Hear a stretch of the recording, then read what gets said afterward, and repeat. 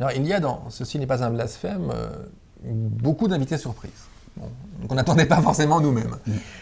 Parmi ces invités surprises, il y a donc Éric Zemmour et surtout Dieudonné. Parce qu'au moment où on discutait du livre, où on dialoguait, il y a eu la première affaire Dieudonné. Donc c'était début 2014, et puis après ça rebondit après Charlie avec son Je suis Koulibaly. Bon, et donc c'est voilà, et c'est vrai qu'on a été un peu embêtés, qu'on a mené une analyse assez approfondie sur ce politiquement incorrect. Bon, c'est important qu'il s'exprime. Bien sûr, ça c'est la base même de notre livre, c'est la liberté d'expression. Donc il avait le droit à monter ses spectacles et pouvoir les jouer. Après, c'était à nous, aux gens, qu'ils soient choqués ou non, c'était à nous de gérer ça, mais pas lui. Oui, c'est à nous de nous y opposer après. C'est-à-dire Bien que de sûr. fait, si tu veux, la censure l'envoyait dans notre camp, ce qu'on n'appréciait pas trop, c'est ce qu'on écrit dans le livre.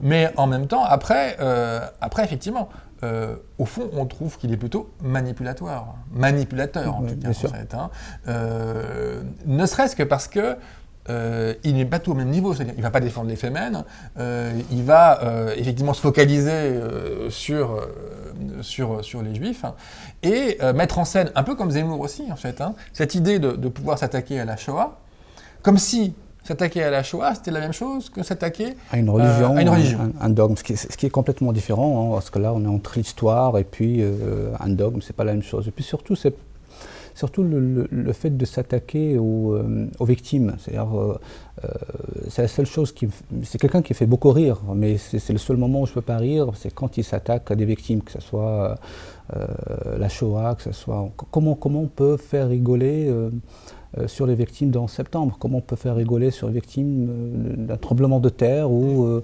d'un fait historique? Donc, c'est-à-dire qu'effectivement, quand il se met en scène avec Forisson, avec son Jackie, en fait, qui est habillé dans la tenue donc, des camps de concentration, et il fait rire le public avec Forisson sur celui qui se retrouve comme une sorte d'acteur, quoi, avec dans sa tenue de camp de concentration avec l'étoile jaune. Ouais. Et c'est ça, effectivement, qu'on ne supporte pas, parce que, de fait, c'est jouer aussi le jeu d'une sorte de guerre de civilisation, comme s'il y avait notre sacré qui était lié à la Shoah, face à un autre sacré, alors que ça n'a rien à voir. C'est-à-dire, ce ne sont pas des guerres de civilisation entre l'islam et l'Occident.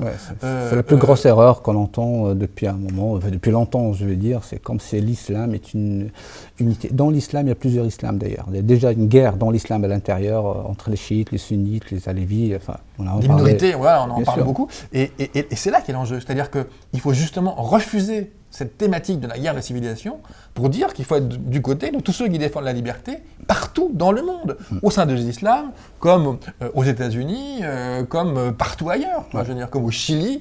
Et là, il y a un enjeu qui va avec la liberté d'offenser et la liberté de création. Et surtout d'arrêter de simplifier. Je pense que c'est ce qu'on dit dans le livre. Les choses sont beaucoup plus complexes et dès qu'on simplifie... Ceci n'est pas un blasphème. Ce n'est pas que ça, en tout cas.